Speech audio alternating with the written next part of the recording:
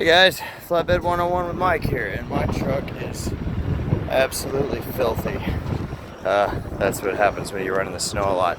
I don't know how well you guys can hear me because it's a little windy out here, but I'm going to try this anyway because we have finally gotten something interesting.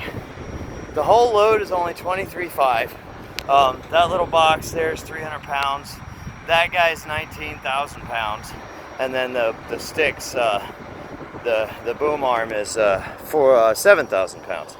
Now I'm gonna have to close these axles because I'm going to California. Right now I'm in Victoria, Texas at Keene Transportation, which runs a lot of stuff for Caterpillar over here.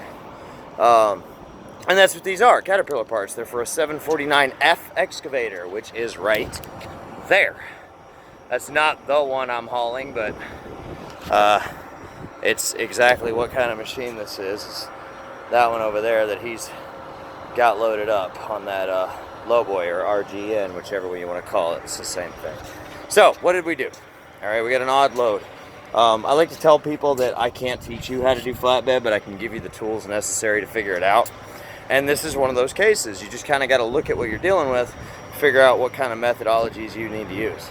Now this guy's pretty self-explanatory. He's 300 pounds, but he's a little guy, so I threw 2 straps over him, corner protectors to protect the straps from being cut, and that's it. You know, he's pretty self-explanatory. This guy, he makes me nervous because he's really skinny, but they have to load it like that. So, because they load it with a crane from the chain points at the top. Now he said I could use chains or straps on it. He didn't care, but I opted for straps. 19,000 pounds, you know, you go by your weight formula. That's 19,000 divided by 2 is 9.5. Divided by the 4,000 pound weight bearing limit of our straps, that's what did I say, 9.5. That's 3 straps. Okay.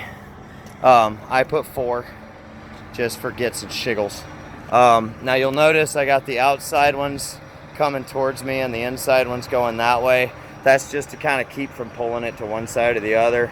You could absolutely go that way and then this way and then that way and then this way and it'd be fine. It amounts to the same damn thing. This is just how I felt like doing it. So we've got alternating straps to keep the tension centered. Again, corner protectors to kind of protect the paint, but more there's a lip up there that could cut my straps and I want to make sure that doesn't happen. Now this guy is our interesting one. I wasn't sure if I needed to strap him or if I could chain him. I actually asked the loader because sometimes it's good to ask about these 2 particular holes. There's a hole right there and then there's a hole right there. And I asked him if those are acceptable chain points, and he said yes, they absolutely are. Now you'll notice the chain in the back is pulling towards the back, so the chain in the front is pulling towards the front. I've used my J-pattern hook on the front just because I felt like it. And then because of the way things lined up, I actually went with the double spool method on the back because that's just how it lined up and how I felt like doing it. Both methods are absolutely acceptable as long as you do them correctly. Check my other videos to figure out how to do that without messing it up and breaking your rub rail. Now I also opted to throw a strap in the middle. Now this thing's only 7,000 pounds, so I could probably get away with just the 2 chains, but just for gets and shiggles, there's no such thing as too much securement. I figured out a way to put one in the middle. Now here's the important part about of securing anything that's heavy equipment operated. Let me hop up here. Okay, so you'll notice we got all kinds of little lines, we got hoses, we got all kinds of stuff, and all of these things, this one here, and then these here, they all have to do with the hydraulic system. Rule number 1, when you're doing anything with machinery, stay away from the hydraulic system. Don't put any kind of securement that touches anything that's shiny or rubber. Now you'll notice I kind of wanted to protect the paint a little bit, so I took a piece of packing blanket that I had and I stuck it between the chain and the paint. I'm not touching the rubber here. I'm not touching the metal down here. On my strap, I ran it underneath my thing here, and I put corner protectors over it to kind of keep it in place away from this, and also to protect the paint. The But this is part of the hydraulic system, so you absolutely do not want to strap over top of that. If you bend that and kink it, ooh, that gets expensive. So, and then up here, they've got this piece, this little toe fluctuates like this. So if I don't put anything on top of it and secure it down, it's gonna bounce while I go down the road, and nobody wants that. So I asked him if I could use this as a chain point. Right there, my aim is off today. I asked them if I could use this as a chain point. They said absolutely, that's fine. I threw a piece